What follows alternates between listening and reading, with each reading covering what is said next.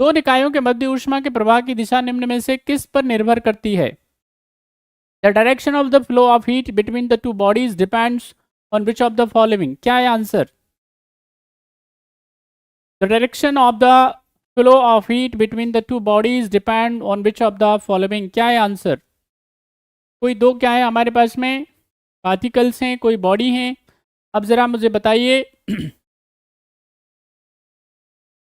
सही जवाब क्या होगा क्वेश्चन नंबर 5 का। दो निकायों के बीच ऊष्मा के प्रवाह की दिशा निम्न में से किस पर निर्भर करती है? तो इसका सही जवाब है, याद रखना है, the direction of flow of heat, यानी ऊष्मा के बहाव की जो दिशा होती है, हीट के जो बहने की दिशा होती है, वो निर्भर करती है टेम्परेचर के ऊपर, तापमान के ऊपर। बात समझ में आ रही है?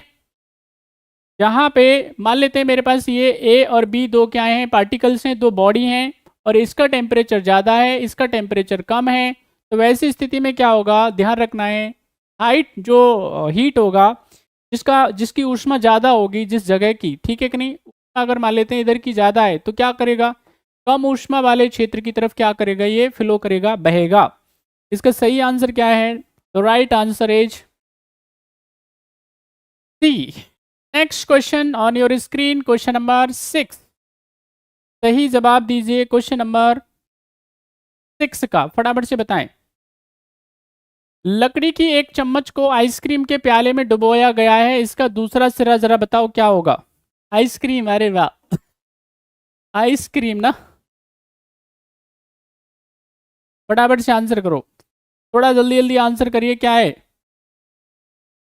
कप आपको बताना है। A wooden spoon is dipped into a cup of ice cream. Ice cream में अगर मान लेते हैं इसके कप में इसको डिबोया जाता है, तो जरा बताओ उसका जो दूसरा सिरा है उस पर क्या इम्पैक्ट पड़ने वाला है?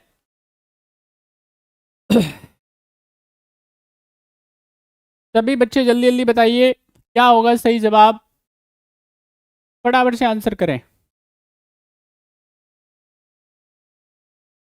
ध्यान से क्वेश्चन को पढ़ो भाई, गलती वलती नहीं होनी चाहिए ना। ध्यान से पढ़ो, सारे बच्चे फटाफट से ध्यान से पढ़ो। देखिए हम पढ़ रहे हैं कन्वेक्शन, ठीक है कि नहीं।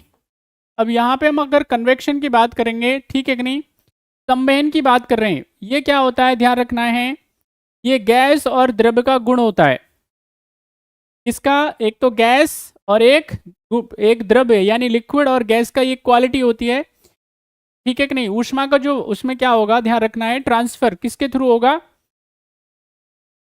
जो हीट है उसका जो ट्रांसफर होगा वो कन्वेक्शन के थ्रू होता है। किसके अंदर, याद रखना है आपको, लिक्विड में और गैस में। और यही अगर मान लेते हैं बात होती किसकी, सॉलिड्स की, ठोसों की बात होती, तो उसमें ये कंडक्शन इस्तेमाल होता। चलिए थोड़ा ध्यान से, आई होप आपको ये बात समझ में पहले से आती होंगी। अब आंसर कर दें आप फटाफट से।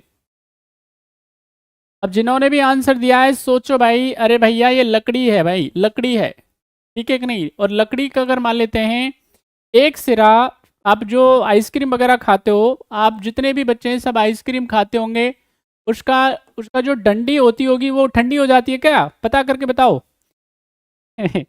ऐसा सुधर जाओ आप लोग यार, मैं क्या बोल रहा हूँ। आप आइसक्रीम खाते हो कि नहीं खाते हो, वो आती है ना कटोरी वाली, तो जरा बताओ वो क्या है, वो ठंडी हो जाती है क्या? कोई फर्क नहीं पड़ता उस पर।